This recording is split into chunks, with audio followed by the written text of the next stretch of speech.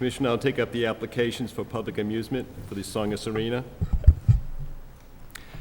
Robert Fode is the representative for SMG, the Paul Songus Arena. Application for professional hockey by the New Jersey Devils for the Lowell Devils, the American Hockey League representative. September 2008 through May of 2009. Games to be played are at various times and days. A concert, Live Nation promoter. Weezer is the performing act. Tuesday, September 23rd, 2008 from 5 p.m. to 12 midnight. And last is a professional wrestling tournament. TNA and Entertainment LLC, TNA Wrestling, Friday, October 3rd, 2008 from 6 p.m. to 11:30 p.m. Okay. What is Weezer? Weezer's a rock concert. It's a band. Yes. I probably should ask these guys before, you know, I see they make a fool show you how old I am. Weezer. Oh, okay. There's nothing here that anything you see that, Weezer? No, tickets have been on sale for months. Have they? Yeah. It would be a terrible thing if we didn't give them the license, right? Think of that myself. Okay. I got nothing. I'll take a motion. Make a motion to approve the licenses. Second it. Motion made and seconded. All in favor, say yes. Yes. Yes. Yes. I remember when Next on the agenda. Thank you. Thank the you. Jersey Devils were an expansion team. Commission will now take up applications for a special one-day license to sell and dispense alcoholic beverages for malt beverages and wine only, or either one. Heidi Feinstein of Life Alive Corp. for Saturday, September 27, 2008, from 7 p.m. to 11 p.m., the Community Empowerment Party and Solutions Fair at 194 Middle Street, on the street and inside. Allison Fournier of Lowell Catholic High School for Saturday, October 18, 2008, from 6:30 p.m. to 11 p.m. The event is the 10-year class reunion to be held at the Lowell Catholic High School auditorium. Okay. And your name, please? Allison Fournier. Okay, is Heidi Feinstein here? Okay, Heidi is a no-show. Okay, Allison, have you ever had a liquor license before? No, I have not. You haven't? Well, not me personally. The school has. Okay. But what the school's not telling you is the license is going to be in your name, not in the school's name. Correct. Okay? And the commission is very concerned about everybody steps forward, and we commend you for it in no way, shape, or form do we want you to, but we need to be sure that you know, that we know, that you know, that this is your license. Correct. Okay, so I don't know if you have one bar, two bars, or whatever you're going to have. I don't know whether you're going to be the bartender or your friend Carl, whoever it might be, okay? And I don't know whether that guy's tips trained or whether he's ever served a drink in his life, because he might be one for them and two for him. We don't know, okay? And that's the concern, because bottom line, regardless of what he does, you're responsible for it. Correct. Okay? So we want to be sure that you understand, because today it's just, the kids are out there to beat you to death. They're going to, they've got access to computers and whatnot. They can come up with an ID that, what? Before you get to line, Heidi just arrived. Is this Heidi? Yes. Heidi, would you get up and introduce yourself? We're right here? Yes, ma'am. Okay. Hi, my name's Heidi, and I own Life Alive, Urban Oasis, and Organic Cafe. Okay, have you had a liquor license before? Yes. Okay, Beer and wine for an evening. all right. That's good, then I won't start the speech all over Right, again, and I'll I save these people from going through it. But the thing, Allison, is I don't know if you're gonna have a policeman there or not. We're not. You're not, okay? Then if I were you, I would put the police department's phone number right on my cell phone. Everybody carries a cell phone today. So I'd have it right on my cell phone. Something starts to get out of hand, you say to the people, it's my liquor license, close the bar down. Well, no, we gotta raise, no. Click, the police will be in a couple of minutes, and they will help you. That's what they're there for. They want to come there before it gets out of hand. They want to be able to be there to help you. They're not there to hinder you, they're there to help you. So you call them ahead of time and you say, look, I didn't know they were doing this, I want to close this. Because all you do is get one idiot. Give him a sombrero. He's 19 years old. What the heck? That guy's never going to step up and say, I gave him the sombrero. That she didn't, I did, you know? But if that person falls down the stairs and gets hurt or hits a telephone pole or something, you can bet your life they're going to find out who had their name on the license. Right. So that's the only thing I'm saying, that we want to make sure you understand that in today's society, we have to be ever so careful. You know, we're serving a controlled substance. Alcohol is a controlled substance. So we want to be sure that you raise all kinds of money and you have a great time. But we want you to know also you don't need to take any baloney from anybody, because you know what? He who's got the license makes the rules. Correct. Okay. Any questions? Anything at all? Any questions, Heidi? No. Nothing, okay? Any I questions? did have one question. There's a note here that it's for alcohol to be served on the street. It's not on the, I mean, what we did the last time is we partition it with police barricades as well as fencing, so that it's almost like outdoor seating, but we're creating a mini environment with the stage right in front of the garden, where it's mainly speakers that are talking about a living democracy and how to be active in your own community. It's not like a huge, you know. I just asked because, I mean, I want to make sure that you've got all your permits as far as closing off the yes. street and the sidewalk, and you've got Yeah. insurance for the city of Lowell. I applied for it 3 weeks ago. I just spoke with LZ. She said it's happening. Okay, but you have an insurance company that will insure Yeah. the city. Okay. That, I think so. That's what I did last time. Yeah. So, I have no questions. Just good luck with your events. Yep. Thank you. All right, I'll make a motion. Go ahead and grant these. I'll second the motion. Motion made and seconded. All in favor, say yes. Yes. Yes. Thank you. Good luck. Hope you have the best of weather. yeah. You'll need an amplification permit?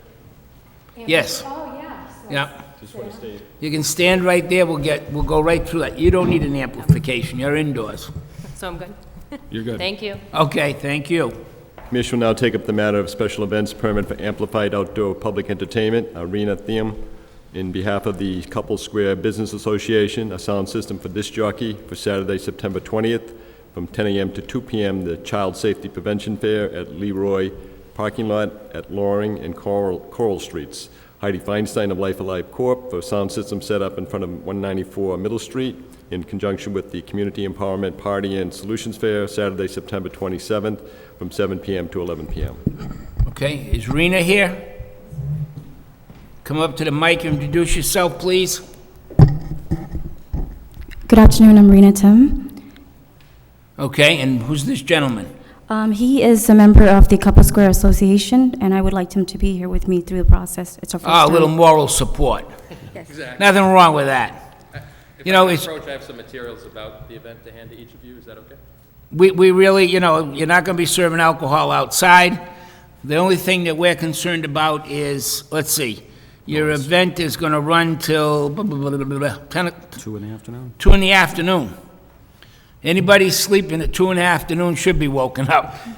That being said, you know, reasonable, okay? The city does not set, we do not have noise police or anything. But you know what? If the switchboard down at the police department lights up, guess what? You probably won't be getting a sound permit next year. It's common sense.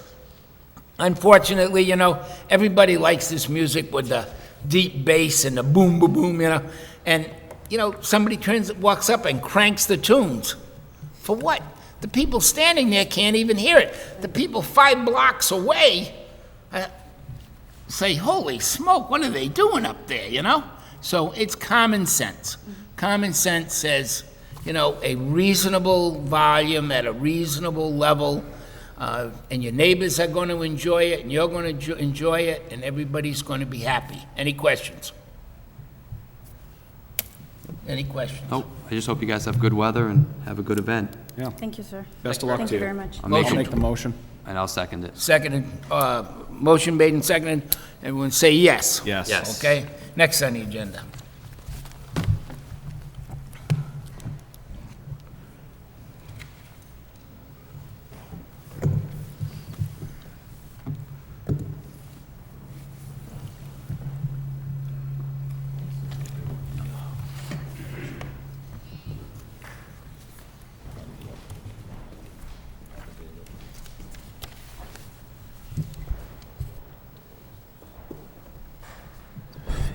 Chairman, Commissioner Occasion has left the chamber.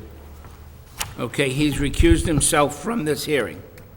Commission will now open a hearing on an application filed by DNY Corp., DBA Jerry's Food Store, number 2, Bhupendra Patel, President, for a malt beverages and wines packaged goods store licensed for premises at 207 University Avenue, unnumbered door on 4th Avenue, first floor approximately 1,620 square feet, for retail store. Introduce yourself for the record. Kevin Murphy, I represent the petitioner today. Basically... Is he here? Yes, he's Oh, right okay, here with me. thank you. Introduce yourself. Introduce yourself. My name is Bhupendra Patel. Okay, Mr. Patel owns this establishment on University Avenue, and he has had requests from customers in the past, whether he did sell beer or wine at the premises. Because my understanding, I've driven over there numerous times, my understanding the closest package store is the Rex package store, which is on Mammoth Road. So obviously, it's an opportunity for him to attract customers and make some money. Mr. Patel owns another establishment in Dracut, where he does have a beer and wine license. And as we indicated on the application, he does have one instance of discipline in that establishment. What happened was one of his employees was working. He wasn't at the premises at the time. The ABCC did a sting at the establishment, and the employee did serve to an underage individual. He's received a 6-day suspension, which was held in abeyance for 2 years. That's the only blemish on his record. So he has experience. He's obviously taken even further steps to make sure that nothing like that happens in the future, and he'll bring that same experience and care to serving only those who are legally entitled to buy beer and wine at the premises. okay. Have we got a background? Yes, there's no record, Mr. No Chairman. records, okay. It being a public hearing, let's open it up to anyone that might want to speak in opposition. Let's start. Come right up, sir. Identify yourself and where you live for the secretary, please. Okay, my name is Norman LeDuc, and I live at Dracut Street in Pawtuckerville. Where? Dracut Street in Pawtuckerville. Okay, And I've lived in Pawtuckerville 44 years. okay, Okay, I have a petition here that I have people sign that don't want this going through. Number one, it's 100 feet from a parochial school. okay, Number two, there's a lot of children that go in, a lot of high school kids that go in there. And the thing is, there is no ample parking if he gets this for extra people. There's no extra parking there at all. As it is now with his store, it's kind of tough on the street, okay, okay? And like I said, that's a very, very, very busy intersection. It's a 4-way stop. There's also a bus stop there for the public thing. And plus, he's 3 blocks from the University of Lowell. And I mean, we have enough problems with the students, with the drinking and everything. With this here, they'd be able to walk in there and just come outside, and, you know, it would be, and I mean, sometimes they wake us up at 3 o'clock in the morning running around the neighborhood and everything. But like I said, I have people, and I believe that the principal of the school was supposed to send you a letter. did she? No. Okay. No, But, see, that's, you know, that's one of the things that, unfortunately, you know, Yeah, well, if she was that's her, supposed to, yeah. we didn't get a letter, so, you no, know. that's fine. But I mean, I have over 140 Okay, names. we can accept those.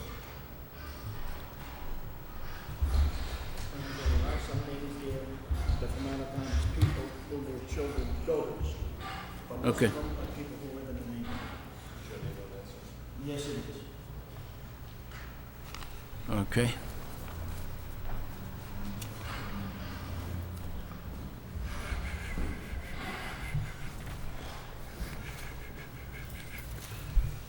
Okay. Do you have anything else to say? No, it's Okay. just that, you Then, know, like I is there said- anybody else here that would want to speak in opposition? In opposition? In opposition. That portion of the hearing is closed. Anyone would want to speak in favor? Just respond to that. My Certainly. My understanding is that this individual is the crossing guard at that intersection and submitted this petition to the parents who are dropping their children off at the Jeanne d'Arc school. I'd ask you to look closely at the addresses. This isn't a petition from the neighborhood to come into opposing this petition. The people from Chelmsford who drive their children into the Jeanne d'Arc school. One of the things, Counsel, that's really upsetting about it, I mean, he obviously contacted the school. They didn't write a letter. Right. And that bothers me to no degree. I mean, I think that parents, just as you or I mean, they have a right to send their children to whatever school they want. But, it's the environment of that school, and the school, I would have thought the school would have stepped forward and had done something, I would say conversely, by not doing something, they've spoken. That very well could be true. So did I ask 3 times? 3 times. Anybody in favor, in favor, in favor? That portion of the hearing is closed, okay? I'm a firm believer, the law says, and I believe the law says that there has to be a need. How far are you from the other package store? Roughly. How many blocks, city blocks? Roughly. I would say, Could you walk it?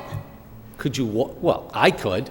A I lot of could. people- So you're saying No, I I could. didn't say you couldn't, but well, you know where the Rex package store is? Over by Mammoth Road. Mammoth Road. Mammoth and Meadow Road. Right. Right in the corner. And this is all the way across to University Avenue. So, I mean, there are big blocks there. Okay. But if you just imagine walking all the way down No, I can't. is it West 4th Street or, what runs? No, okay, no, I know, but in Yeah. between, it is a long Yeah. distance between those two areas. And I don't know of any other, until you get into into Drake where you have any Yeah. package. Well, go ahead. I'm going to throw you into the fire. I will make my standard assertions that whether there is a need will quickly be determined by the members of the neighborhood who choose to shop there or not shop there. Clearly, if they don't shop there, there's no need. But if they do, there is a need. So I'm in favor of allowing a free market competition.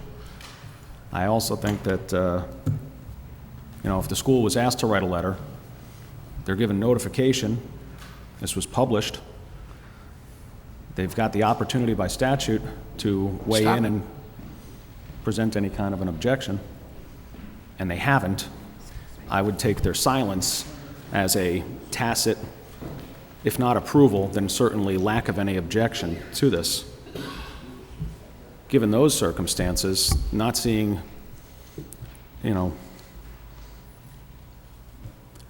anything to conclude that there's not a need in the community, and not seeing that there's any opposition from the school itself, I would be in favor of granting the license, so I'll go ahead and make the motion to grant the license. Counselor, do you have the green cards? Yes, you want all the green? The return receipts. Okay, I'll give you all the green cards. Do you have them?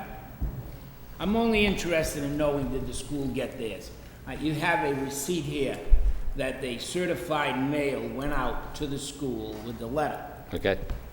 I'm just curious, did somebody sign for it?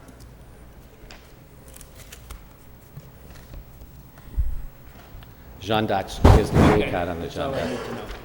All right. Listening to my fellow commissioner here, I would say, okay, and for everybody's knowledge, when this gentleman is required by law to notify all the abutters, the churches and everything in that area. And so, here's the card that the school did get the letter. Now, if he's a crossing guard and he collects the signatures, obviously, he has access to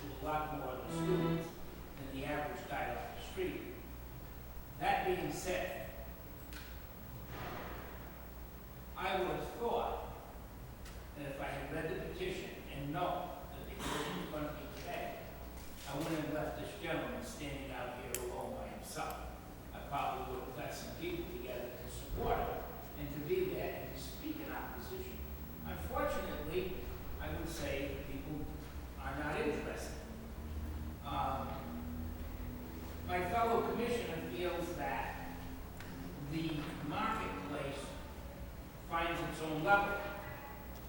I feel myself in this case that this package store is far enough away. There's a great enough distance. We have, at times said no, but two blocks away, have one here and one there, is ridiculous.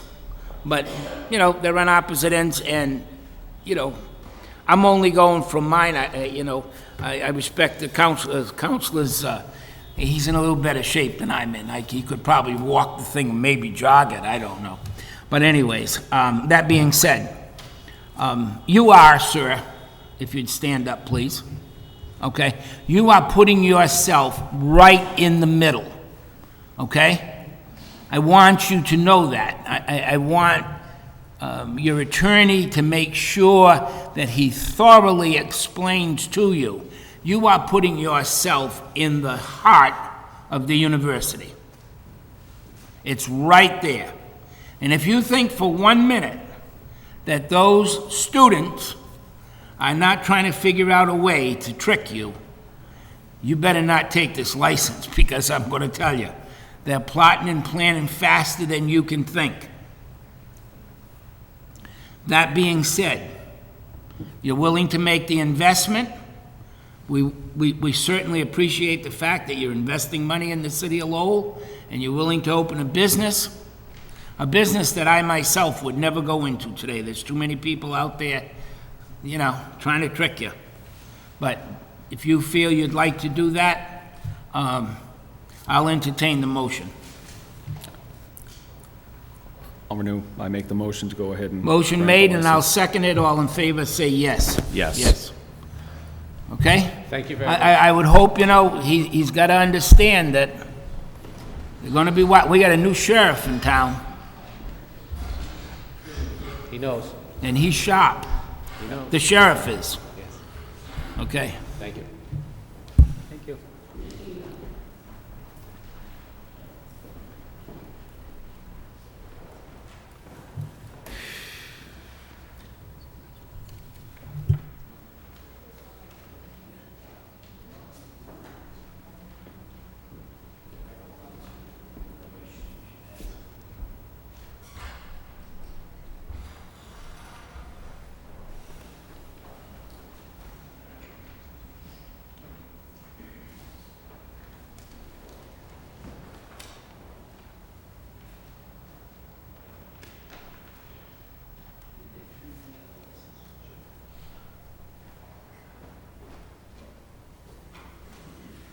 Next on the agenda.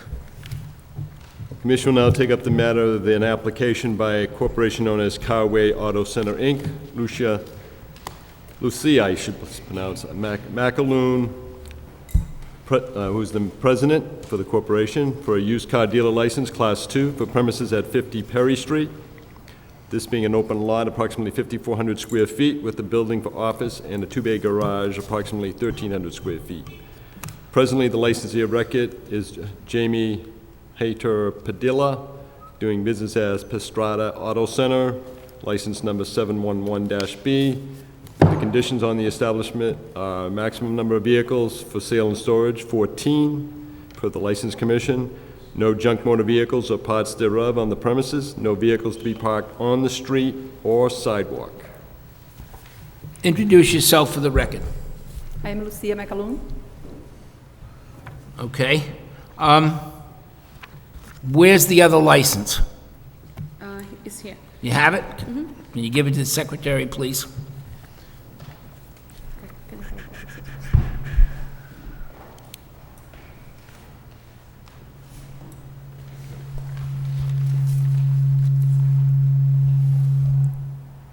Oh, I'm bringing the original. Do we need the original now? I told you. Because it wasn't the... She bring the copy of the original, but we can bring the original right now. I told her the day that I came to see Ryan, but I can go pick it up today. Just for the record, could you please put your name on the record? Yes, Tatiana Sales. Okay. And where is the current license holder? Jamie? Onde está o... It is in the house, na casa do cara que vendeu. He's not here. He sold the business to her, She doesn't know where he is. He should be here with her? Well, it makes it a lot easier to know that you're all in agreement. Oh, okay. We want to make sure he's surrendering he needs to surrender his license, because we can only have one license at an establishment. Okay. So, I know that's why you have a copy right now, but do you have the original license in your possession? Yeah, she does, but she forgot to bring the original. She just brought the copy of it. But we can bring the original to Ryan today.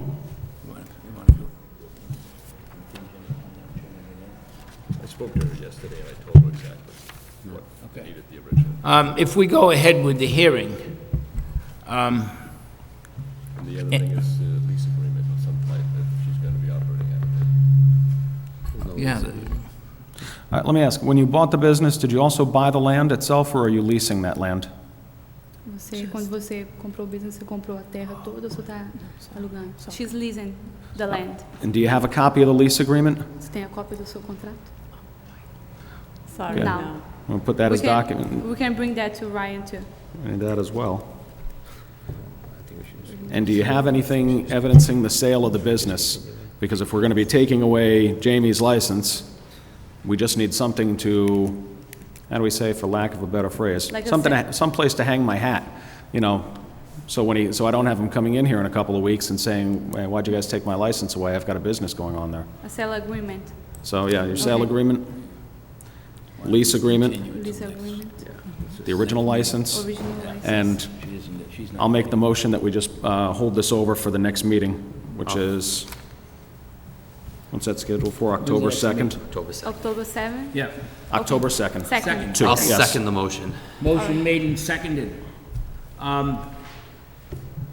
All in favor, say yes. Yes. Yes. Okay. All right. I know the secretary talked to you yesterday about this, okay? Should have had these papers with you. If you don't have the papers with you in October, don't come to the meeting, just call them Okay. up, because No, we- we need to know, yeah, but that's okay for you. You know, everybody comes in, they want a used car license, you want to get those plates so you can go to the auction. Mm-hmm. And we're not, you know, we don't look too bright, but we're not stupid, okay? Mm-hmm. And now you're gonna have two licenses off to the same spot, you know, and we have no proof that this guy sold to you. And did he That's- sell you the cars that were on the lot, or you bringing your own cars in? Yeah, that's understandable. You know, and we've got people now that are selling cars that don't have the right VIN numbers, and, you know, so that needs to, you know, we need to know that you know what you're doing. Oh, yeah. Okay? Okay, we're gonna be prepared next time. All right. Thank you Okay, very great. much. Thank you. Next on the agenda.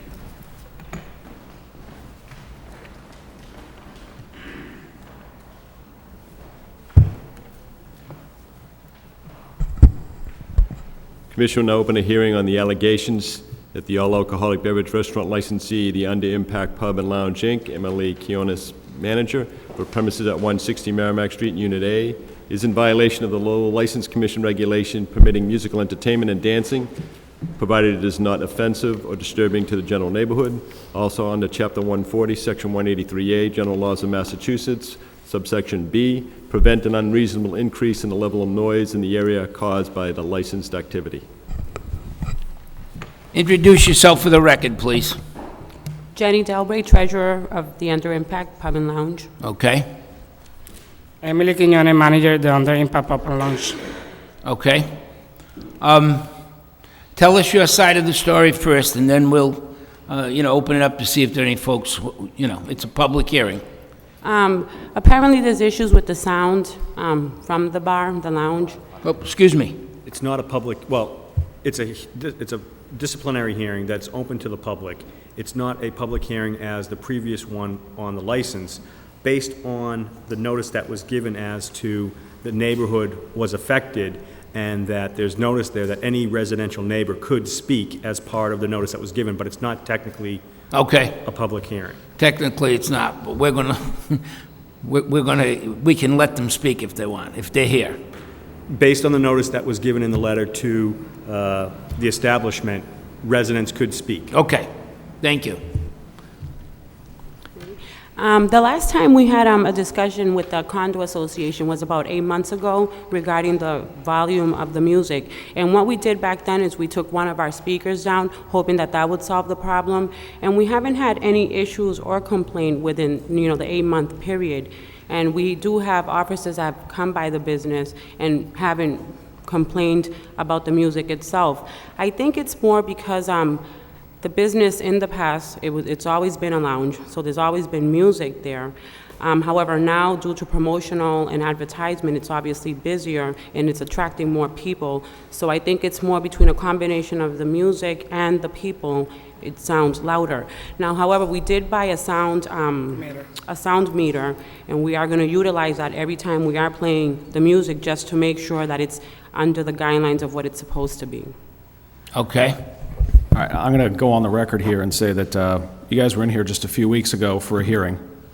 That was on a Thursday, and I was downtown on that Thursday night. And I could hear the music a block away. And then I went by and it was closing time. And there was at least one guy outside who was arguing about whether or not he was going to be allowed in, and I think he did the right thing by not letting him into the club because he seemed to be pretty intoxicated. But the music was audible as I was leaving the old court, which is on the opposite side of the block and the entire length of the block away down the street. So I don't think there's a problem with the speakers. I think the problem is that somebody is turning the volume up way too loud. And we've got residents who are documenting by calling the police and taking decibel meter readings. So I don't think there's a problem with a speaker that needed to be replaced. I think the problem is somebody is turning the music up too loud. Right now, we're looking forward to do the windows, the all windows, and we also have an elevator on the exit. It's really difficult to control the music to go by the windows because there's really a very easy way to control the music, which is turn the knob to the left. We're looking forward to more professional. We're trying to put like a soundproof on the windows. That way to avoid the window, because like even though when you walk inside the place, you don't hear the music that loud how you could hear outside. It's weird, but it's that way. I mean, I think my issue, just as Ray had, is that last Thursday, or was it 2 Thursdays ago, when you were in here? 2 meetings ago. The police, we gave them a pretty hard time about their police work, but now that I look back at it, I think they may have been right about how they acted in that case. And for you, that night, to have it extremely loud is unacceptable. You cannot get a break from this board and then that night spit in our face by turning the music way up.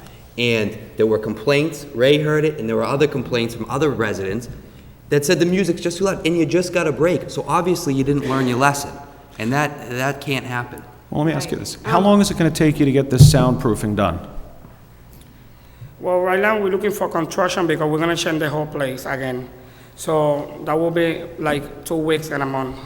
So if we were to say no music until the soundproofing is done, would that help speed up your timeline?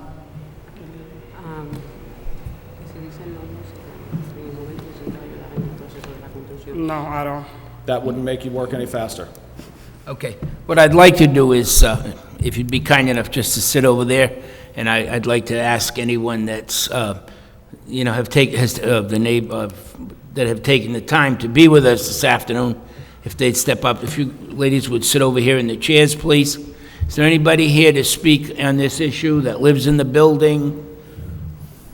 Yes. Come right over.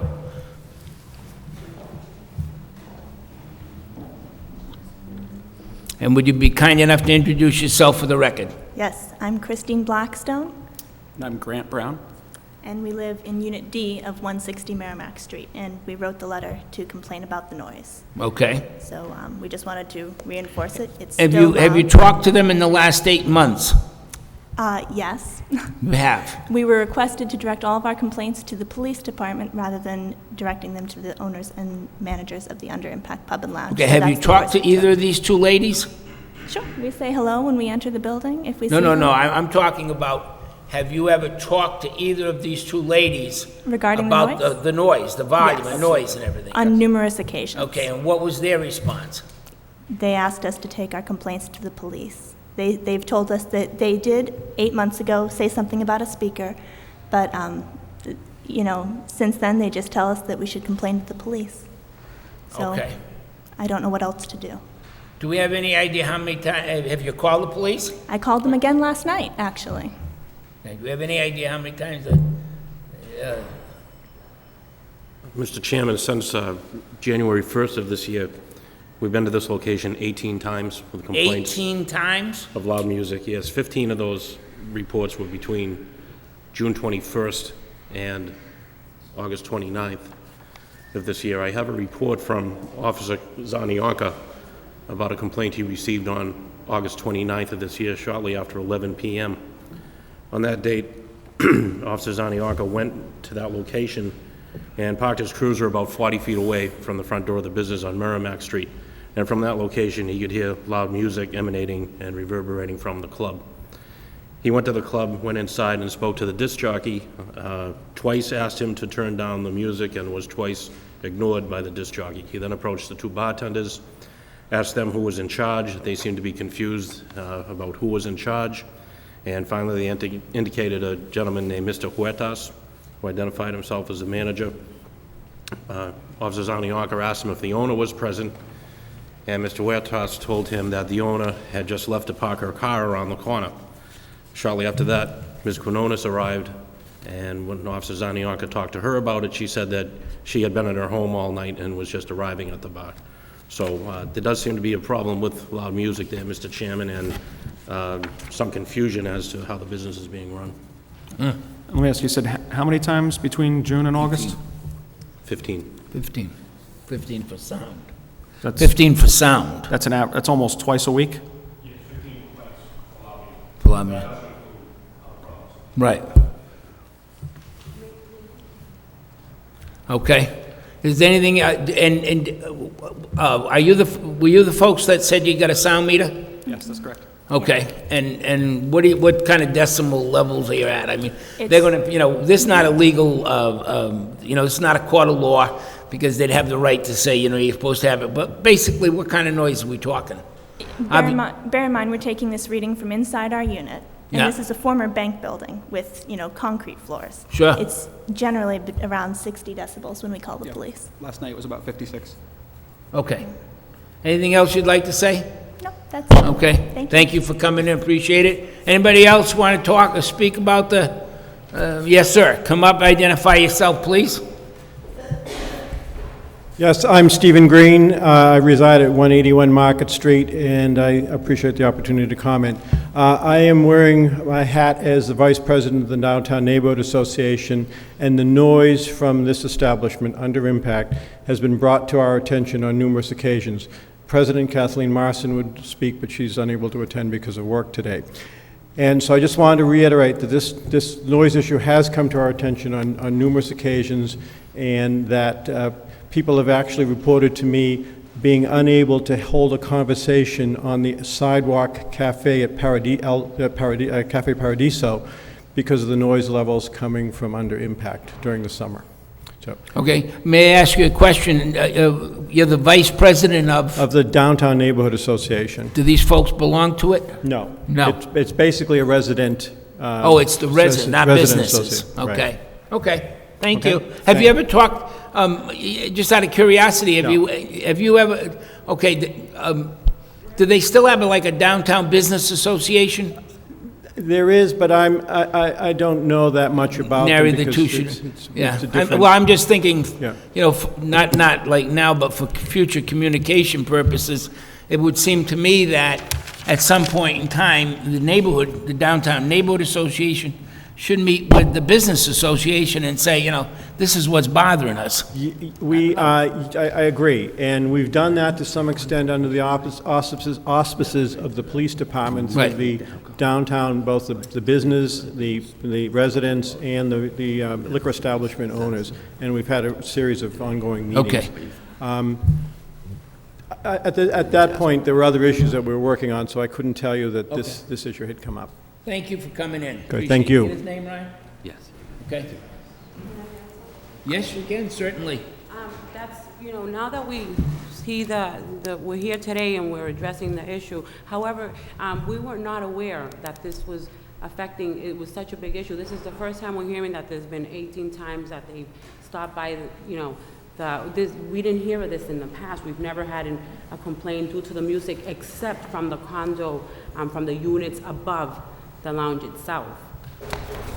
Well, I mean, the complaints from the unit above should kind of be enough to let you know that if people can hear through a concrete floor at night, what, are they not supposed to sleep? I just had a question for the law department. If they're found in violation of their noise license or their entertainment license, can we, or can anything happen to their liquor license?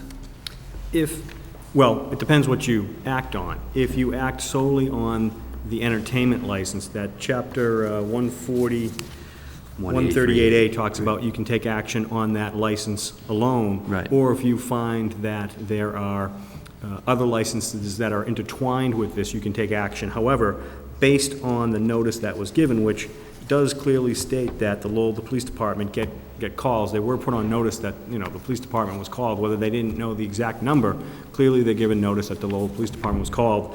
The notice only talks about residential property owners' complaints of extremely loud music that exceeds 60 decibels. Based on that, you may want to focus just on the entertainment. So it's your opinion that it's not enough that the entertainment license and the liquor license Speaking of noise, are not intertwined, or not closely related enough to take action? There doesn't seem to be any notice that there was a question as to how the liquor license factored into the noise complaints. Okay. I think myself personally, first of all, there's a lesson to be learned here, okay? I mean, I can't imagine the police going 18 times and they were unaware of it. You know, the police do stop in business places and everything to say hi and everything okay and whatnot, but 18 times the police, so to me, you know, there's a total disregard. And let's say that they didn't know about the police, but she admitted openly that she's had complaints from the condo association, which is also in the building. You know, I think that you could stretch the point and say that they've become a public nuisance out of this. But I'm solely want to address this portion of it, which is, right now, is the noise portion. And I think myself, I mean, if I was going to lose my operator's license for whatever it was, because I needed to soundproof or something, I'd probably have somebody in there 24/7 to get it done. Obviously, they're not concerned about that. To me, I think what Commissioner Weiker's, you know, speaking of is a little consideration for somebody else other than themselves. Go. Now, if anybody else has any input? No, I just think it's, for the actions to occur, and to have all these calls, and to have a call last night when you know you're coming here today, is just like you're spitting in our face, and spitting in the face of the rest of the downtown community. So, I mean, I'm going to make my motion. I think what I suggested earlier might be an appropriate remedy. You say you're going to take steps to address the sound. I'm going to give you the opportunity to take those steps. But in the meantime, I'm going to make a motion that you not have any live entertainment or any entertainment license whatsoever until such time as the place is soundproofed. All right, when you demonstrate to our satisfaction that we're not going to have these noise issues again, maybe we can send inspectional services down there, and they can do a walk around and go through the building, but... Just under the statute, you can modify, suspend, or revoke. So this sounds like it would be a modification or a suspension. But Yeah, I would move to suspend the entertainment license until such time as it's demonstrated that the soundproofing work has been done, and you know, we have some measurements from inspectional services maybe to verify that. Can I have a question? When you say entertainment license, that's including the DJ? That includes a DJ. DJ, radio, whatever's going to make noise. Jukebox, everything. Yeah. So how are we gonna run the business? Because my business, You're gonna get it soundproofed. But my concern with your motion, though, Commissioner Weicker, is how are we going to determine what's soundproof or not? I agree with your motion wholeheartedly. I think we need some sort of parameter to, like they say, if they can get it fixed in a week, I think they should have the opportunity to get it fixed in a week. If it takes them 2 months, whatever, but they should have some sort of guideline to follow. That's my only concern with that. If I may just interject one thing, that building, the structure is a very old building, probably one of the oldest buildings in downtown. And it used to be a furrier, and I believe the structure was completely from basement to the 4th floor, which is the parameters of the building. And like City Hall, such old buildings used to have coal heating system, and there were ducts in the building, in the walls, it's like we have in City Hall, if you can see right over there. That goes from the basement all the way to the attic. So anything sound-wise can travel through that vent duct system that may not even be in use, may have some type of temporary partition that any soundproof, however thorough it may be, may not be adequate to prevent that travel of the sound waves. And I think possibly that's why this couple on the 4th floor are hearing a lot more than they need to, is because the building itself is built in such a way that it was catering to another need at the time. I don't deny that that's probably the case, but again, if I could hear it leaving the old court at closing time, I didn't have to deal with any coal vents. So I think maybe we do need to come up with some... Well, not just that, I mean, if you're gonna soundproof the building and you have vents like this that run through the building, which I don't know that you do, do you have these big vents, like these things, grates in the building up on your floor? What kind of heat do you have, just out of curiosity? No heat. No heat? In the winter, no heat. yeah, but we do have it. Huh? I do You have have it. radiators or hot water or baseboard radiator? Okay. Well, then you don't. But we're putting the onus on the owners. If in a week from now you come in and you say, you know, we're going to be meeting October 2nd, you come in here October 2nd, you say, look, we got the sound problem resolved, we've got the people in. You know, I'm going to be the first to make a motion to let you have your entertainment license back. But you know what? I'm going to put the police department on notice that the first call they get, they're in here with it. That's how it's going to prove whether it's going to work. Okay, my question is, we have a sound meter. They say that last night they have a 56. In my place, mark 50. We don't go above the 50. So how are we going to work this out? Because they've been calling the police saying, oh, it's a lot of noise, and my meter says another thing. As I said earlier, this is not a court of law. This is a hearing. Your sound meter might be calibrated somewhat different from their sound meter. You know what? Personally, it's my ear that's going to tell me. And if a guy's saying, I parked the cruiser 40 foot down the street and I could hear the music from there, I don't care what your sound meter says. The noise is too loud. It's common sense. Common sense. Is there a staircase in the building? Of like a fire exit type thing? On the inside though, not out? Yep, something. Okay. And do they have access to that? No. Okay. Well, you know what? Maybe in a spirit of cooperation, the next time it happens, you would go down and say to them, you want to come upstairs? I don't care what your sound meter reads, but right now you're going to do the soundproofing. After you do the soundproofing, if you would get a hold of the secretary, I think Ray is right on the mark here, and I think Brian is also. We don't want to prolong this and have it cost you business, but you would come in and say, I'm all set, they've done it, we'll put you on the very next meeting if we could. Yeah?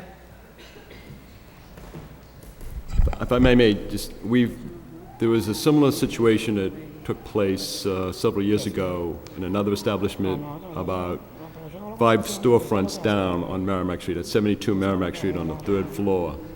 And the 3rd floor premises was right opposite a structure that was now residential. And it was an alley between I the two remember. buildings, Middle Street and Merrimack Street. And the business owner for the restaurant, bar, nightclub, made a very poor attempt at soundproofing. Right. And I just want to advise the commission that there is no reason to think that I can be the adequate judge on whether they've soundproofed unless it's been done by a company that is professional in doing that type of soundproof. Because you and I can walk into Home Depot and get whatever we think we need, and bang up a few stuff on the windows and say it's soundproofed. No. They said they're getting a soundproof guy to have it soundproofed. Okay. We're leaving that responsibility with them.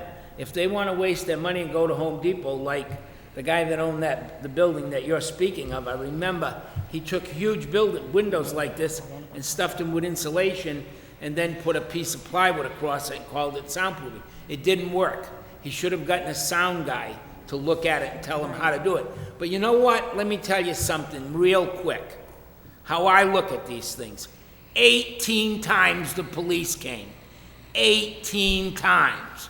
Shame on the police they didn't bring it into us, because I would have done something about it a heck of a lot sooner than allowing it to happen 18 times. The police have better things to do in the city of Lowell than worrying about whether you're cranking a dial on your amplifier. It's that simple. This isn't a brain trust. If you would have gone over and turned the dial down, you wouldn't be here. It's that simple. How much music can you pack into a little area? Well, we do. And it's spilling out onto the street, and people are 40 feet down, did he say 40 feet? Or something like that, down the street in a cruiser, and he can hear your music. Excuse me. All you had to do was turn it down. So that relies with you. So what's Well, then why are we telling the tenants, call the police? In a spirit of cooperation, you know? We haven't had problems, and the people in the downtown area, you know, they have rights just like you have rights to earn a living. So, Ray, did you get a second on your motion? I'll second Second on the motion, all in favor say yes. Yes. Yes. Okay? You come back to us once it's done, and as I said, we'll be the first to say, give it a shot. Thank you. So, Mr. Chairman, there is no entertainment forthwith? Nothing. Okay. No jukebox, no disco, no, nothing until till they come back and say it's soundproofed. And we want to, you know, thank you people for coming in, and I know it's not easy, and, you know, hopefully you can establish some type of a working relationship with these people, all right? All right. And I know it's not easy coming in on a Thursday afternoon and taking time out of work, too, so I appreciate it. I hope you didn't tell your boss you were sick. Yeah, this is on television. Yeah, you are televised. You're welcome. Next on the agenda.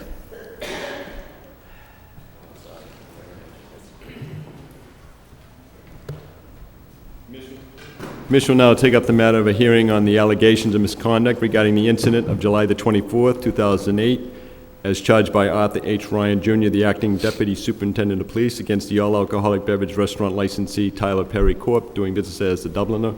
Lorraine Lucier is the manager of record. Premises at 197 Market Street. Okay, Mr. Secretary, I'd like to record, I'm going to recuse myself from this hearing. Professionally, I know Tom Economo and his family. I did write for an opinion from the Ethics Commission and the attorney, and I did get it, but I'm choosing to recuse myself rather than have even the appearance of any type of impropriety. And just for the record, you asked for an opinion from the Law Department, the State Ethics Commission.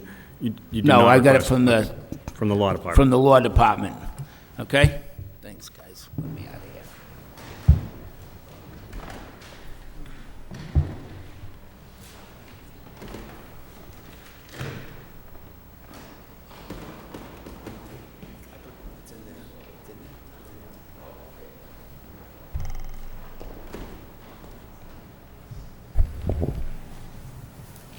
All right, please, for the record, approach the microphone and introduce yourselves. Laureen Lucia, manager of the Dubliner. Tom Economou, the president of the Dubliner. Michael Talty, representing the Tyler Perry Corporation.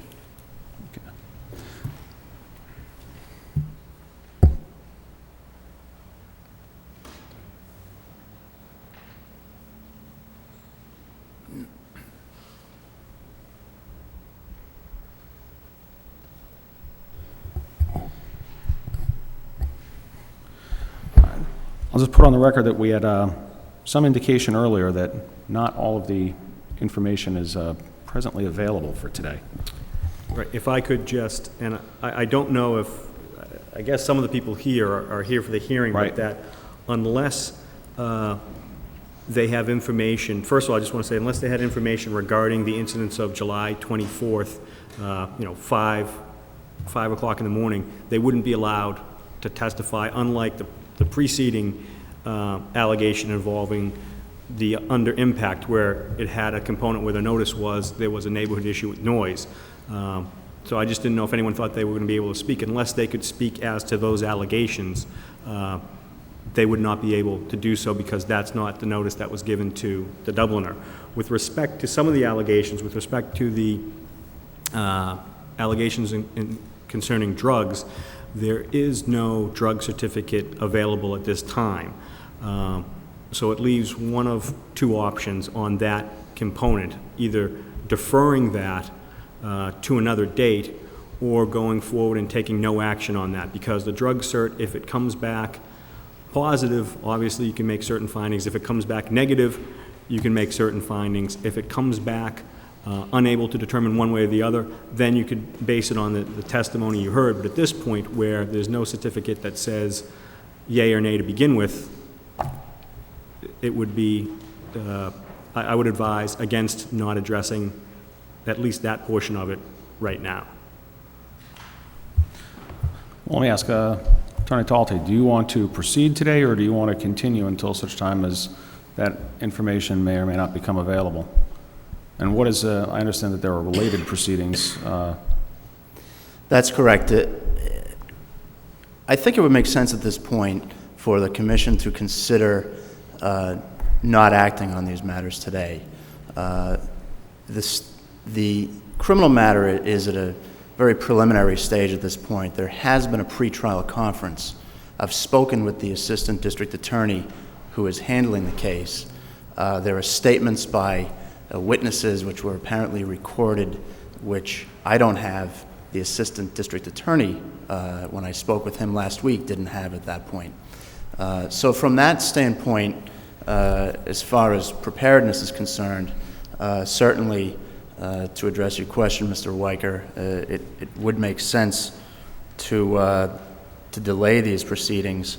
But secondly, and I would suggest more importantly, I think it would make sense to allow the criminal process to take its course before this commission comes to any conclusion in this matter.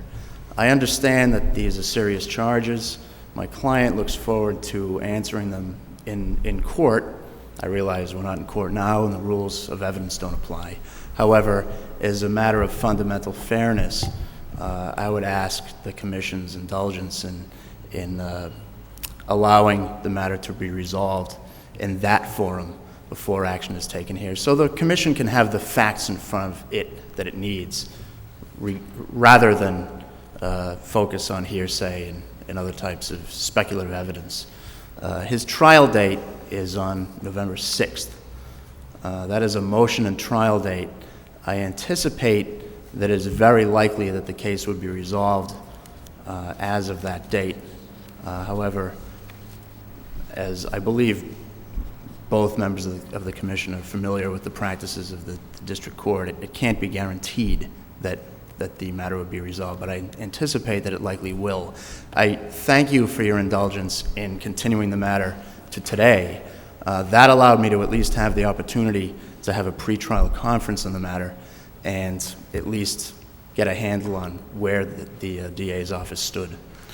Have they given you any idea as to what the timeline is for providing these statements and the recorded evidence? I have a discovery response from the district attorney's office that I received on, it's dated September 3rd, so it's a recent correspondence. In it, it does indicate that the recorded statements that are referenced in one of the police reports would be made available for viewing prior to trial. Typically, in my experience, that would mean probably 2 weeks prior to trial, but in personal communications with the assistant district attorney handling the matter, he indicated that as soon as he received them from the police, that he would make them available to me. So, if I may say, anticipate soon. There are essentially two different forms in which this is proceeding.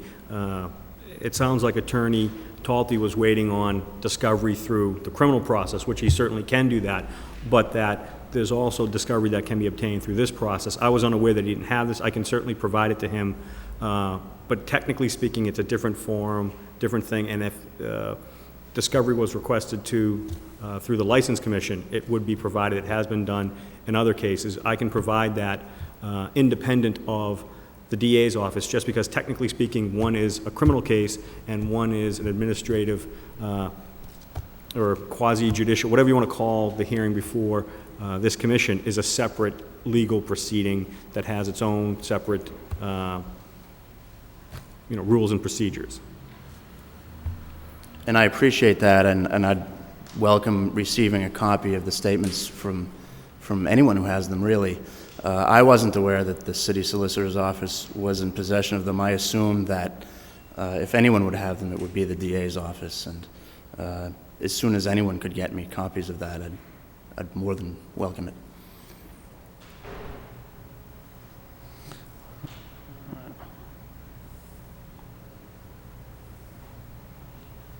But we do have the option of going forward, just not taking, it would be your advice not to have any discussion regarding the allegations of the distribution of the drugs in this matter, Right. but all the other allegations would be able to go forward today. Correct, and I believe all of the reports have been provided except for, I do have one copy of the audio tapes here. Obviously, if Attorney Talty wanted to view that, he could have the opportunity to view it before we go forward, but I do have them here, but you could go forward, just not on the allegations concerning drug activity.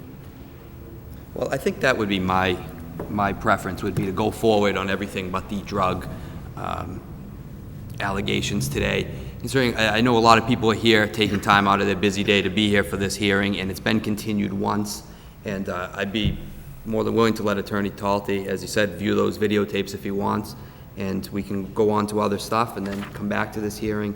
But that would be my inclination at this point. But I'll let my fellow commissioner say his piece. I mean, it's kind of have mixed feelings on it, thinking on it, because obviously any determination with respect to the drug allegations is a determination with respect to a license. A person with a conviction for any type of narcotics offense couldn't hold a liquor license, so it would be a much easier decision to make.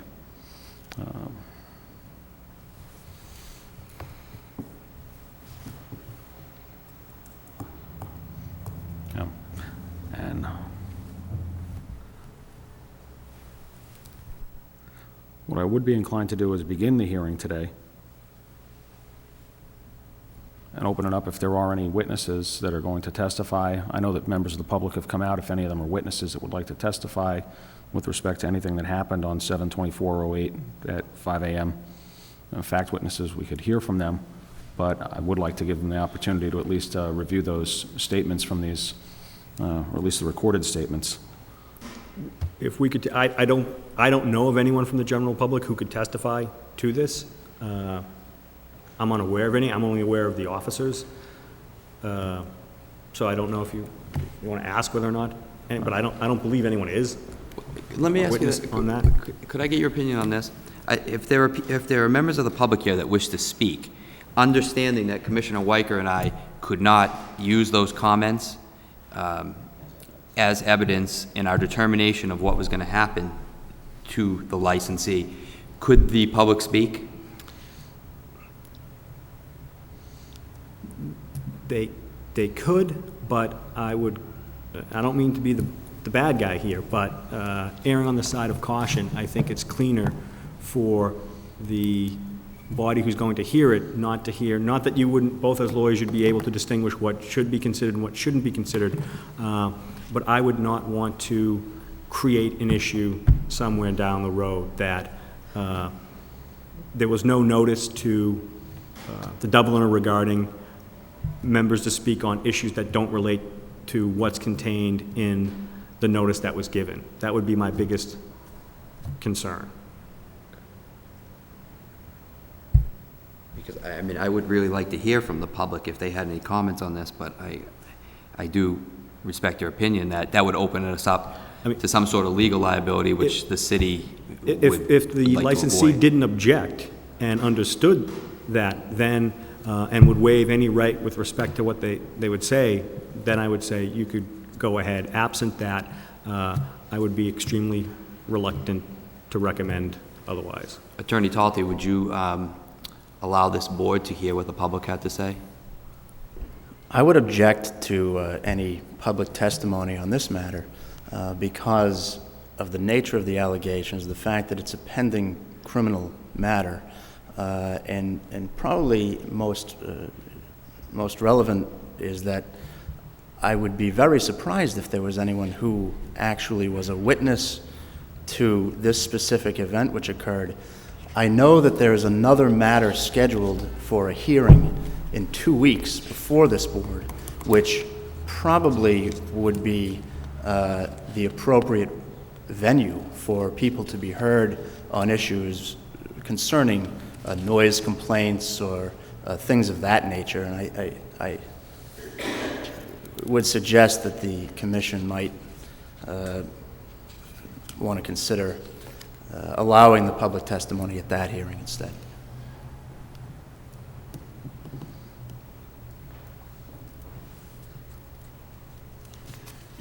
Well, I mean, I would be in favor of letting the public speak, but I understand the city's, the legal opinion that's been given to us, so unfortunately, unless you agree with me.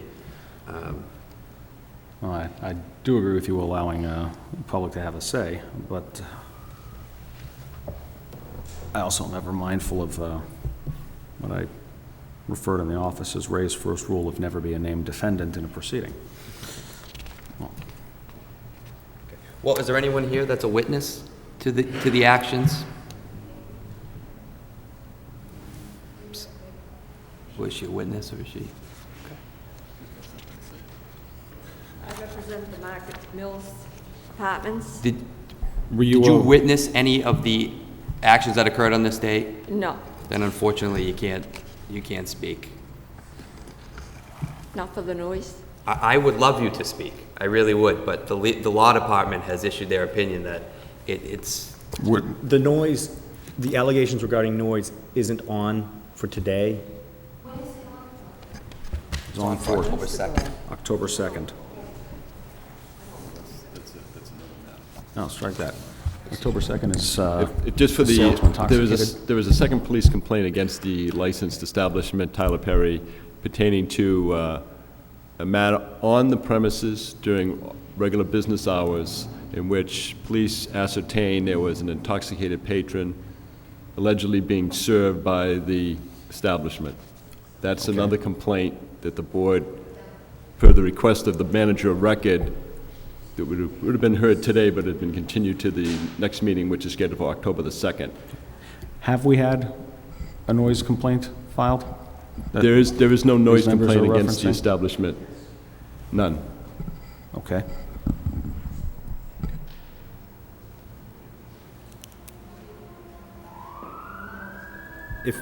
If I could make a suggestion, based on why it seems that there's a noise issue, I would suggest that someone write a letter to the License Commission, similar to what happened in the last place, setting forth their concerns, and then the License Commission would be able to address it, because it doesn't sound like, based on what Mr. Nguyen just said, it doesn't sound like there's actually a noise complaint at all before this board. Okay.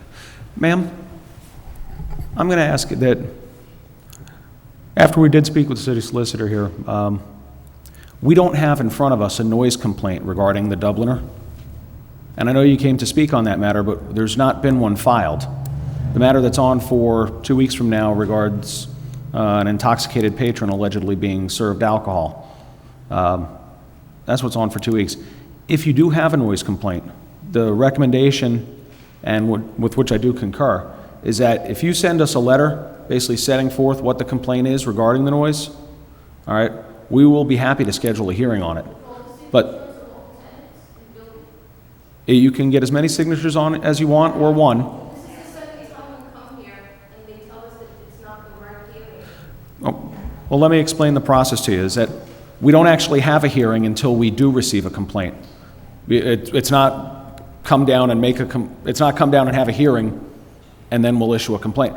If you submit the complaint to us, by law, what we then do is we send a notice out to the respondent, which in this case would be the bar owner, and we schedule a hearing date where we do take public input, fact witness input, and we proceed on it. If you were here a few moments ago, we just had a similar hearing with respect to the under impact. We had two residents, the two residents came in, they had filed a complaint, they had sent it in to us, they had filed a complaint, we sent out a notice, brought the respondent in and actually had a hearing. But if we haven't had one filed yet, we could have a hearing, but we couldn't take any action by law. So you can present that today, yes.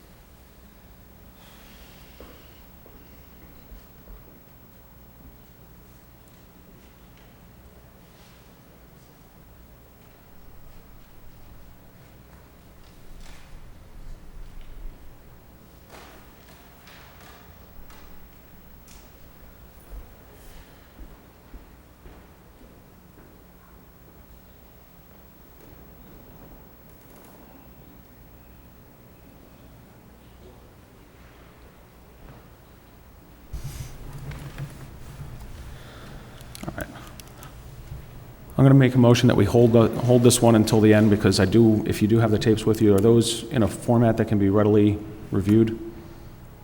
Yes. Okay. Yes, we can,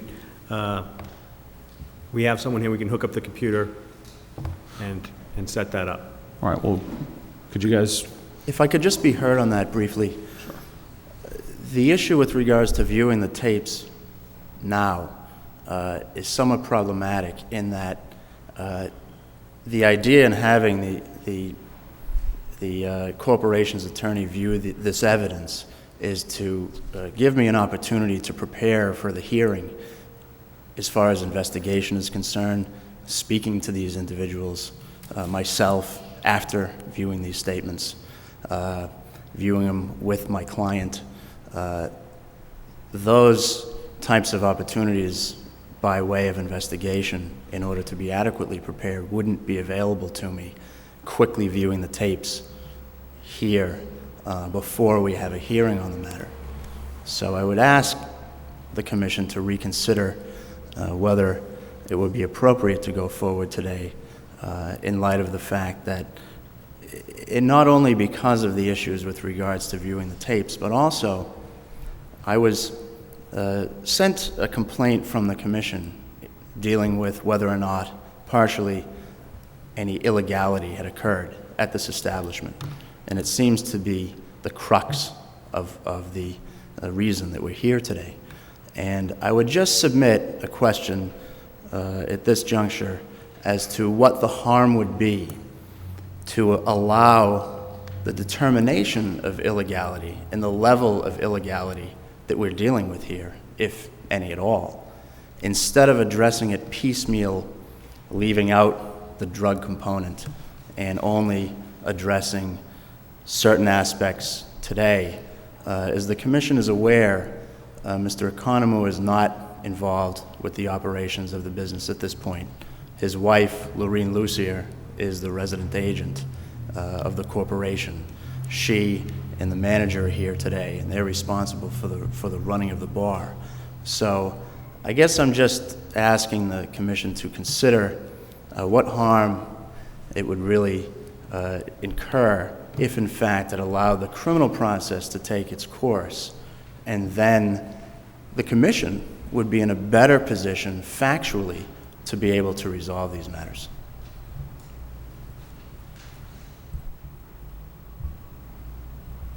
Did you review the police reports before? I have. Okay. I received the police reports in the process of the discovery. Right. I have. And it says in here that there are DVD recordings. Did you read that? When I read that was at the pretrial conference, and that day I had a discussion. When was the pretrial conference? It was on September 5th. Okay. And did it you was ever that day that I had the discussion with the assistant district attorney about the DVDs, because he didn't even know about them at that point. I mean, I'll be honest. Well, can I just Oh, no, finish go my ahead. one thought here?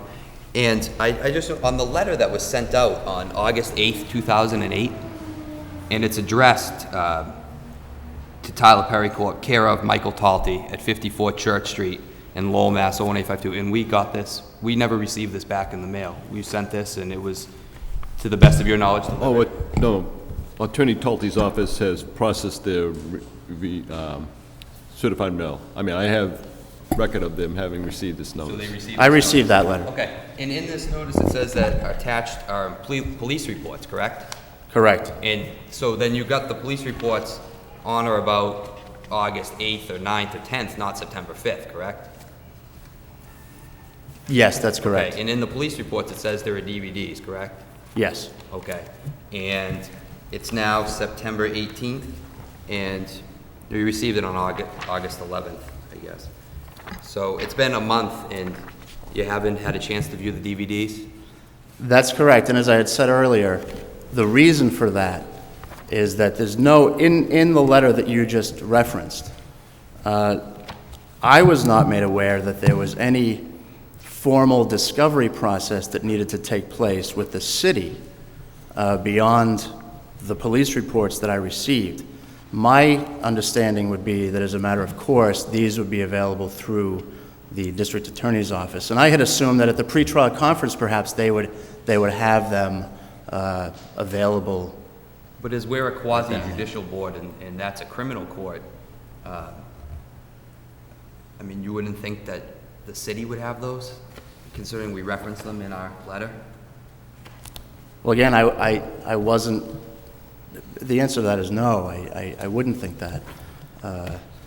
My understanding was that the police would be providing them to the district attorney's office, and the primary concern when initially this case came forward was to handle this through the district attorney's office, and I understood that this hearing would be taking place. However, it's really, the crux of what I'm saying right now isn't really related to discovery issues. It's more geared towards putting the commission in a better position to make a determination in this matter rather than do it piecemeal. And I just, again, would submit the query as to what harm would be done to allow the process to take place in criminal court. I realize that the rules of evidence don't apply here and that this isn't a trial and there's no opportunity to cross-examine witnesses, and there is hearsay evidence and totem pole hearsay evidence that is admissible. But wouldn't the commission be in a better position on whatever Thursday in November we could schedule this for, when we could say, okay, Mr. Economou has been convicted of X, Y, and Z. This is a concern to us.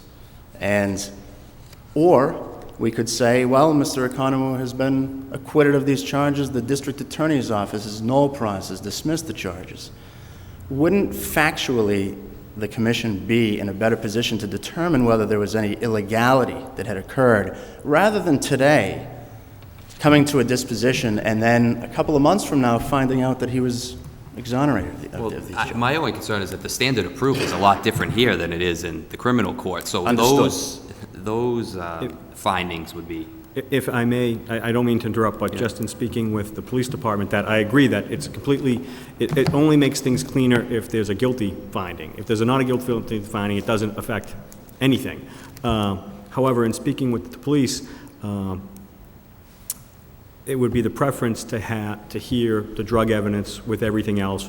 One of the audio and video recordings does reference the drug activity in some detail.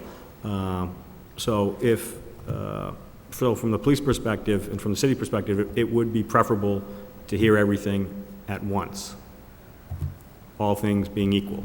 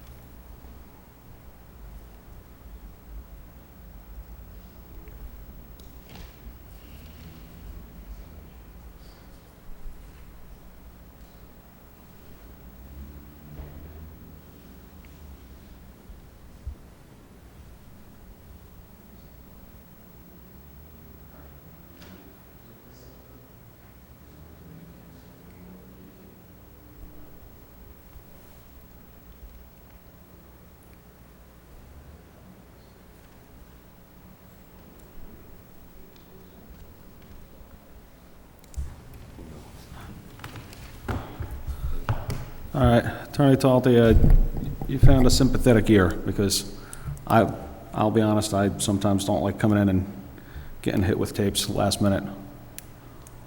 You said that you represented that you have a trial date scheduled for November 6th? That's correct. All right, I'm going to make a motion then to continue this matter with respect to these allegations from 7/24/08 until the November 20th hearing date. But I would caveat that if for some reason you're not reached on November 6th, we need to know immediately. I would inform the commission in writing that day if in fact that is the case. Okay, and since we did receive a new complaint today regarding noise, I would like to make a motion that we send a copy of that complaint to your office and have that scheduled for the next meeting, which is October 2nd.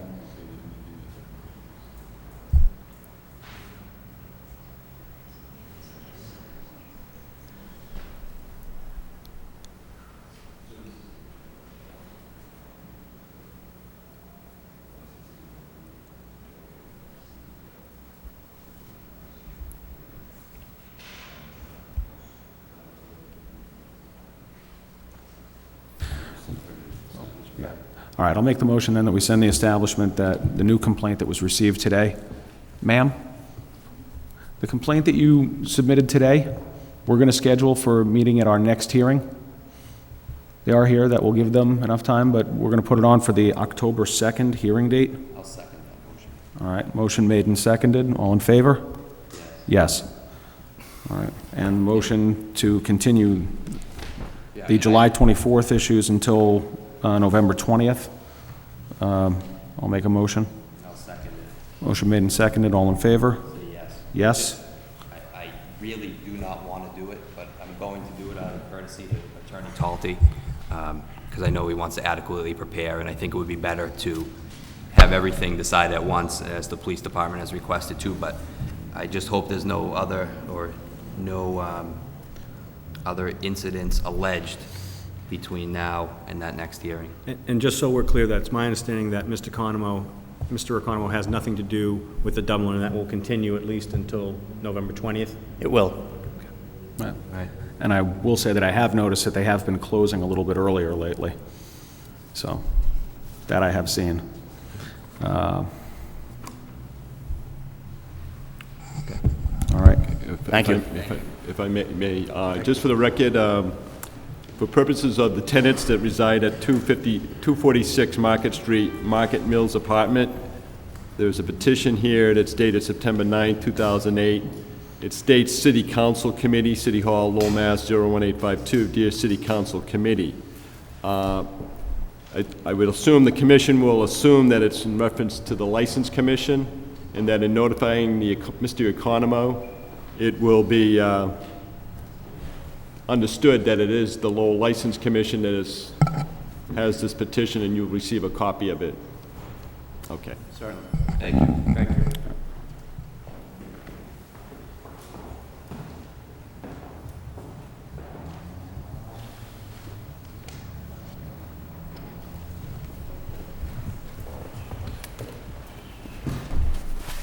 Thanks, Ray.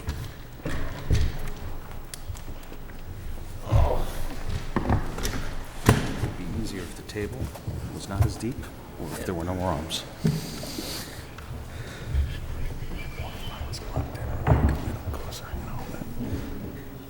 It would be easier.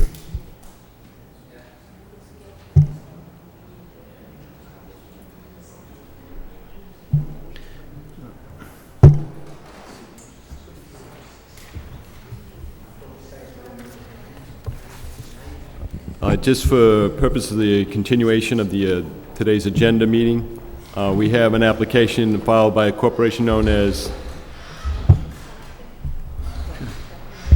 Okay, now, Thursday, Friday, and Saturday night, they have a band. Both doors are open. Okay. But both doors are open. I thought the doors were supposed to be closed when they have the band over there. I mean, I don't mind the music, but it's getting ridiculous, you know, because there's elderly people that a lot of them work and a lot of them don't, but it's getting ridiculous with them. Well, I hope you come on the 2nd. I will. I'll be here. Thank Okay. Next on the agenda. I was going to say, and Ryan, if you could just include something regarding the doors. I know the cold weather is coming, so people will be closing doors naturally, but maybe we could just, when we send them the notice regarding the complaint, include something that says, there's also been a complaint regarding doors being left open while bands are playing. Okay. Do that when you have nothing else to do. In all your spare time. Yeah, yeah. spare time.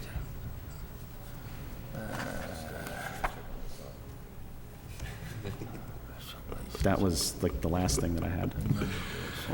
With regard to the next item on the agenda, there is an application filed by a corporation known as Taveras Infante Inc., DBA La Diferencia Restaurant. Jose Infante is the president. Apparently, it's an existing restaurant at 192 Middlesex Street. It's requesting a beer and wine restaurant license. Well, premises at 192 Middlesex Street, an unnumbered door on the south side of the building with the first floor, one room for restaurant. There is a kitchen and a basement for storage.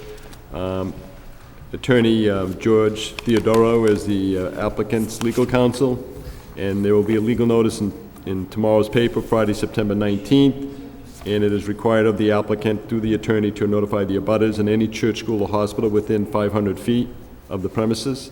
And the hearing, should the commission so wish, will be for October the 2nd. So moved. Okay. Second. All in favor? Yes. Yes. Communications, Registry of Motor Vehicles, responding to a communication that was sent to Paul Galakis, who owns Scenic Motors on Tanner Street. The representative for the registry is John Kapler, responding in a detailed response to the issues that the Registry of Motor Vehicles has with Paul Galakis, and that's a communication dated September 12, 2008. Also communication from the Massachusetts State Lottery Commission, Mark J. Kavanaugh, the Executive Director, dated September 12, 2008. regarding Keno to Go, and it's offering to existing agents qualified to apply, businesses at 677 Bridge Street, Quick Shop Market, also Belvedere Package Store at 36 Concord Street in Lowell. And if the License Commission wishes to object to the matter that's before the State Lottery Commission, they may do so within 21 days in writing. No objection. Also, Free market. No objection. Free market. Also, a communication from the company known as Brunswick Corporation. Jennifer L. Dressler is the Deputy General Counsel. It's dated September 5th, 2008. It's regarding a conversion of the Lease Serve Inc., it's a licensee for the Brunswick Bowling Centers, from a Delaware corporation to a limited liability company pursuant to Section 18-214 of the Delaware Limited Liability Act. I just want the Commission to be aware that Brunswick operates a facility here in Lowell at 645 Pawtucket Boulevard. And for purposes of the License Commission, there is a liquor license granted to a corporate entity known as Legal Dior Inc., which is affiliated with Brunswick, and that Lease Serve is a principal stockholder of Legal Dior Inc.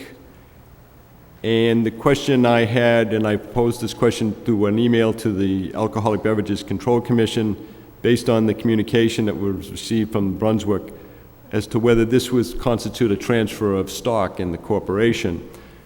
I had received a terse response from the ABCC in which it states that it's considered a transfer of license, according to the legal counsel for the ABC, Bill Kelly. I've been in telephone conversation with a representative for Brunswick, and I will be forwarding to them an application to file for transfer of license. Do we know what the timeline is for this conversion from a It looks like Delaware it's going to be Corp to an sometime in LLC? the early part of year 2009, based on their communication, as I read it. So they have plenty of time to get this approval from us.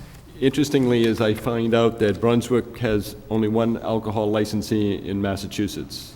That is the one here in Lowell. That's us. So even though they may have other bowling centers in Massachusetts, this is the one in Lowell is the only one that offers alcohol beverages. So they got plenty of time to focus on getting this paperwork done. They're not going to be distracted by 300 other towns. Got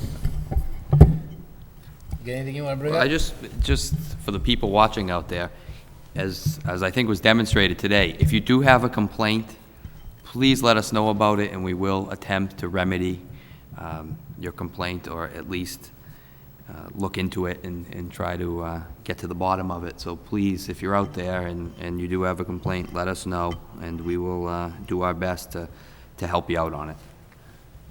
Ray, anything? Okay. The only thing that I think that's very good to bring up, Brian. One of the things that I would like to address is the police department. Okay, if we could, we got the new sheriff. I know Kenny's doing, and I've been at meetings with Kenny and everything. 18 times is way too many times. Way too many times. Okay, I know that the policeman has the discretion of going into an establishment and asking him to turn the volume down. Or to address an issue of some impropriety, okay? Let's call it that for the lack of a better word. And they should have that, absolutely, positively. I'm not in any way. The policeman has the right to stop me from speeding, and he makes a decision whether he's going to write me a ticket or not. It's that simple. He has that discretion. I think that situations such as this today, people feel after a while that nobody's listening. That, not only the tenants that live in the building, but the people that own the business. And I have no sympathy whatsoever, don't get me wrong, but I think that a policy in the department that says, if you go to this place 3 times, 1, 2, 3 strikes, and you're out, we're going to make a report on it. What happens is, that I see happen a lot of times, is people look at it as a sign of weakness. Oh, don't worry, they won't report us. But you need to, because it just seems to progress worse. And what I said earlier, I firmly believe that, we do not need policemen in the city of Lowell to be sound cops running around telling people to turn. It was a simple thing, turn the thing down. It's very easy, and especially where the folks, stepped in and said, please, we can't live in the, so. I assume you're just speaking, generally, and you're not specifically referring to one specific Nobody. instance. No specific references to No, anything and that I matters, just, but- we had an example, I think, earlier in the hearing today, that, you can't do people a favor sometimes as hard as you might want to. You can't, so I just think that, there's a lesson to be learned here. If we get them in sooner, if we get people in sooner and say, we don't necessarily have to penalize them or something, but let them know that we're serious about this, that it's not going to happen. And I think that, after so many times of the police, that's got to be a pain in the butt going back and saying, hey, this thing's making a lot of noise, let's turn the thing down. And I'm sure that that could probably go through the 911 dispatchers. Yes. Yeah, I mean, they got better things to answer than somebody calling up saying, I can't hear my, Right. You with me? You are right. 18 times is far too many times for us to have gone there. I think this might have been the type of situation where different officers involved, different nights, different shifts over an extended period of a few months. The cumulative effect might not have been realized right away, but we'll do our best not to let that sneak up on us in the future. If there's some way you can pass it on, I'm sure that you have like a briefing before you go out. When they're making a shift change, they have like a briefing, and I don't know that that's very high on the priority list, but I think I think that this is a place to watch because we're starting to, have calls here. Let's see if we can do something about it. And, that's all. I appreciate everything they do, and I'm just a firm believer that police shouldn't be out worrying about things like sound. There are more important things out there. The quality of life is directly affected. So I'm not talking about any one specific place. I'm talking about in generalities. It always seemed like when you were in the service, you could never ask somebody to please do something. When you're in a position of, am I right, Ray? Huh? When you could never say, would you please do this? No, because the mentality, it was such that they looked at that as a sign of weakness. If you went in there screaming and ranting and raving and, saying things that probably can't be repeated, all of a sudden they thought you were the greatest guy and they get the job done. Well, it's kind of like that. That's what I guess, trying to say, okay? Okay, thank you, Mr. Chairman. If you could, that's all. Anything else? I don't remember screaming, ranting, and raving. But, I'll entertain a motion to adjourn. Make the motion to adjourn. I'll second the motion. Motion to adjourn and seconded. All in favor, say yes. Yes. Yes. We're coming home, Benjamin.